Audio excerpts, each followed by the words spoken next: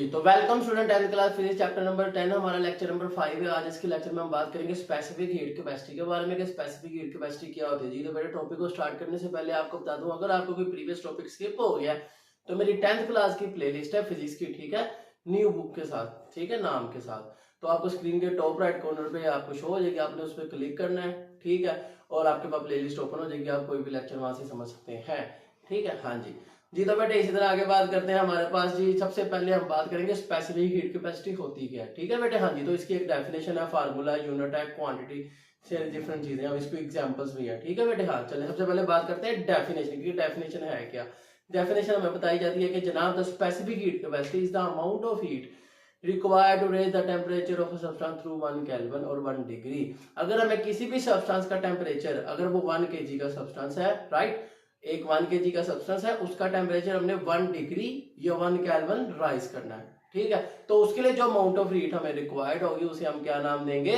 Specific heat capacity. Okay बेटे। हाँ चलिए आगे बात करते हैं। इसी तरह इसका एक फॉर्मूला है, फॉर्मूला आपके सामने है। Q is equal to, Q क्या है? Amount of heat, M C delta T। M क्या है? Mass of the substance, delta T क्या है? Change in temperature. ओके हाँ, और C क्या है? स्पेसिफिक हीट कैपेसिटी का सिंबल। ओके चलें आगे बात करते हैं। इसका एक यूनिट भी है, और यूनिट क्या है जी? ये देखें हमारे पास, हमने अब पहले हमने Q की वैल्यू से वहां से C की वैल्यू निकाली है। Q over M delta T is equal to C।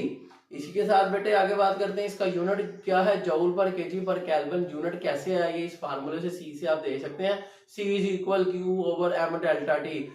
Q ऊपर है, Q का यूनिट क्या है? Q क्या है? हीट। हीट क्या है? एनर्जी। एनर्जी का यूनिट जूल, तो जूल ओवर मैस का यूनिट केजी और टेम्परेचर का यूनिट केल्विन, तो जूल पर केजी पर केल्विन। ये किसका यूनिट हो गया? स्पेसिफिक हीट कैपेसिटी का। ओके बच्चों। हाँ इसी तरह आगे बात करेंगे कि एग्जाम्पल। एग्जाम्पल क्या जी? हमारे पास पानी, वाटर, ठीक है ना, इसकी स्पेसिफिक हीट कैपेसिटी कितनी है? 4200 जूल पर केजी पर kelvin. Just like dry soil की कितनी है? 810 जूल पर केजी, ठीक है, तो ये आपने याद रखना। इसी तरह आगे बात करेंगे। अब हीट एनर्जी को कैलकुलेट करना हो तो हम किस तरह करेंगे, ठीक है। जैसे अभी मैंने आपको डेफिनेशन पढ़ाई कि जनाब 1 केल्विन या 1 डिग्री टेम्परेचर बढ़ाने के लिए जितनी हीट आप उसको प्रोवाइड करेंगे वो क्या कहलाएगी? Specific heat capacity. अगर वो सब्सटेंस 1 kg का हो, फिर अदरवाइज नहीं। तो 1 kg का सब्सटेंस है, ठीक है। हर सब्सटेंस के लिए डिफरेंट हीट है। जैसे अभी मैंने आपको बताया ना, पानी की 4200 है, सॉइल की 810 है, तो कितनी ज्यादा? 5 टाइम ज्यादा है। मतलब पानी का टेम्परेचर और सॉइल का टेम्परेचर 5 गुना फर्क होगा। कैसे? मिसाल के तौर पर हमने 1 kg वाटर, 1 kg सॉइल, दोनों को हमने चूल्हे पर रख दिया गर्म करने के लिए, ठीक है। Same amount of heat provide की, दोनों को सेम टाइम के लिए रखा। अब हम देखेंगे अगर पानी का टेम्परेचर 10 है तो मट्टी का टेम्परेचर 50 होगा, 5 गुना ज्यादा होगा। क्यों? स्पेसिफिक हीट कैपेसिटी मट्टी की कम है, उसको थोड़ी हीट चाहिए, 1 केल्विन बढ़ाने के लिए पानी को ज्यादा चाहिए, दैट्स व्हाई। ओके हाँ, तो आगे सुनते हैं। कहता है heat energy need to change the temperature of a substance is calculated using this formula, Q is equal to M C delta T। जी, इस फार्मूले की मदद से हम इसको फाइंड आउट कर सकते हैं, ठीक है। हाँ इसी तरह आगे कहता है कि delta T change in temperature है, C हमारी स्पेसिफिक हीट कैपेसिटी है जिसका यूनिट जूल पर केजी पर केल्विन है। और कहता है ये फार्मूले में हम शो कर रहे हैं कि हीट एनर्जी डिपेंड करती है किस किस पे? मैस पे, स्पेसिफिक हीट कैपेसिटी पे और टेम्परेचर पे। ओके हाँ, इसी तरह आगे बात करते हैं। कहता है what determine the energy need to heat a material. हमें वो एनर्जी कहाँ से फाइंड करेंगे कि मटेरियल को कितनी रिक्वायर है, ठीक है। जैसे अभी मैंने आपको एग्जांपल दी थी ना पानी की और उसकी, इसके 3 फैक्टर है बेटे, 3 फैक्टर, ठीक है। सब नंबर 1 है mass of a substance, number 2 है जी चेंज इन टेम्परेचर, और नंबर 3 क्या है? Nature of material. Nature of material अभी आपको बताया ना, पानी की डिफरेंट है, हीट की डिफरेंट है, उसकी सॉइल की डिफरेंट है, और उसके बाद मैस भी 1 kg मैंने बात की है, मैस ज्यादा होगा तो हीट भी ज्यादा रिक्वायर्ड है, और चेंज इन टेम्परेचर भी फिर ज्यादा ही आता है उसी के हिसाब से, ठीक है जी। आगे बात करते हैं। How different material absorb different heat, ठीक है जी। अभी मैंने आपको बताया different material raise require different amount of energy to raise their temperature by the same amount, ठीक है बेटे। हाँ इसी तरह आगे बात करते हैं। डिफरेंट मटेरियल रिक्वायर हो गया, some substance absorb more heat easily than the other, depends on the nature of material. जैसे एग्जांपल दी ना मैंने आपको पानी की और ड्राई सॉइल की, याद रखना। कहता है for example heating 1 kg of water by 1 degree celsius require significant more energy than 1 kg of cooking oil. Cooking oil को कम हीट एनर्जी चाहिए एक सेल्सियस बनाने के लिए, लेकिन पानी को ज्यादा चाहिए। क्यों? उसकी स्पेसिफिक हीट ज्यादा है, किसकी? पानी की।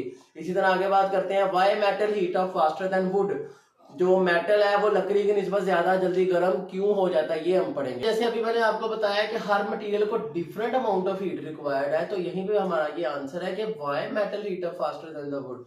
तो हम बताएंगे कि जनाब मेटल की स्पेसिफिक हीट कैपेसिटी कम है और वुड की ज्यादा है, दैट्स व्हाई मेटल बहुत जल्दी गर्म और बहुत जल्दी ठंडा हो जाता है। गर्मियों में तो देखे ना, लकड़ी का दरवाजा एक लोहे का दरवाजा, ठीक है, लोहे का दरवाजा सर्दियों में तो ठंडा होगा, लकड़ी का नहीं होगा, और गर्मी में उसका ऑपोजिट होगा। गर्मियों में भी लोहे का दरवाजा ज्यादा गर्म होगा और लकड़ी कम होगी, क्यों? उसकी स्पेसिफिक हीट कैपेसिटी ज्यादा है, किसकी? मेटल की। ओके, हाँ चले पढ़ते हैं, हमने लिखेंगे क्या इसको। कहता है different material have different specific heat capacity values, ठीक, which affects how quickly the heat up. Depend करता है ना कि कितनी जल्दी वो गर्म हो रहा है, उसकी स्पेसिफिक हीट कैपेसिटी पे। जिस तरह कह रहा है metal has low specific heat capacity, metal की स्पेसिफिक हीट कैपेसिटी लो होती है, it heat up quickly with the little energy input, ठीक है। हाँ समझा तो आपको मैंने दिया, अभी अब ये वर्डिंग आप देख लेंगे, ये आपने लिखनी है। फिर कहता है wood has higher specific heat capacity, it absorb more energy before its temperature rises, ठीक है। Everyday example think of a cooking pot, कहता है खाना बनाने वाला एक बर्तन ले लें, उसका आप देखें वो बनाया ही ऐसे मेटल के जाता है कि वो जल्दी से गर्म हो जाए और कम हीट में जल्दी गर्म हो, ठीक है। हाँ यही वो कहता है metal body and the handle become very hot quickly while a wooden handle, कहता है उसका जो हैंडल है जिससे आपने ग्रिप करना है वो आपका मेटल का नहीं होता। अगर मेटल का होगा तो आपको उसको पकड़ना नहीं जाएगा, आपके हाथ जल जाएंगे। तो वो वुडन होता है, ठीक है, या प्लास्टिक होता है, ताकि वो आपके हाथ ना जले उससे, ठीक है। हाँ तो कहता है much cooler than even both are exposed to the same heat, कहता है दोनों को सेम हीट दोगे लेकिन जो वुडन है वो गर्म नहीं होगा इतना जितना मेटल होगा, ठीक है। हाँ फिर आगे कहता है that this is why wooden and plastic handle are used in cookware, हम खाना बनाने के लिए कौन से बर्तन यूज करते हैं, कहता है कि उनका जो हैंडल होते हैं वो लकड़ी के या प्लास्टिक के यूज करते हैं हम। दे प्रोटेक्ट अस, या हम उससे हिफाजत करेंगे किससे? From rapid heat transfer, rapid heat transfer, rapid heat transfer के आप देख सकते हैं, आपने एक चम्मच ले रहा मेटल का, उसको एक बोतल आपने चूल्हे पर रख देना, आप देखना विद इन अ सेकंड वो हीट आपकी तरफ ट्रांसफर होगी, गर्म हो जाएगा, इतना आप छोड़ दोगे, क्यों? ये हीट का ट्रांसफर है, ठीक है। हाँ तो इसी तरह आगे बात कर रहे हैं कि it matters due to low specific heat capacity, जी तो उम्मीद है आपको समझ आ गई होगी। इसी तरह बेटे आपका ये लेक्चर कंप्लीट हो जाता है। अगर आपको कोई क्वेश्चन हो आप कमेंट सेक्शन में पूछ सकते हैं। मिलते हैं आपसे नेक्स्ट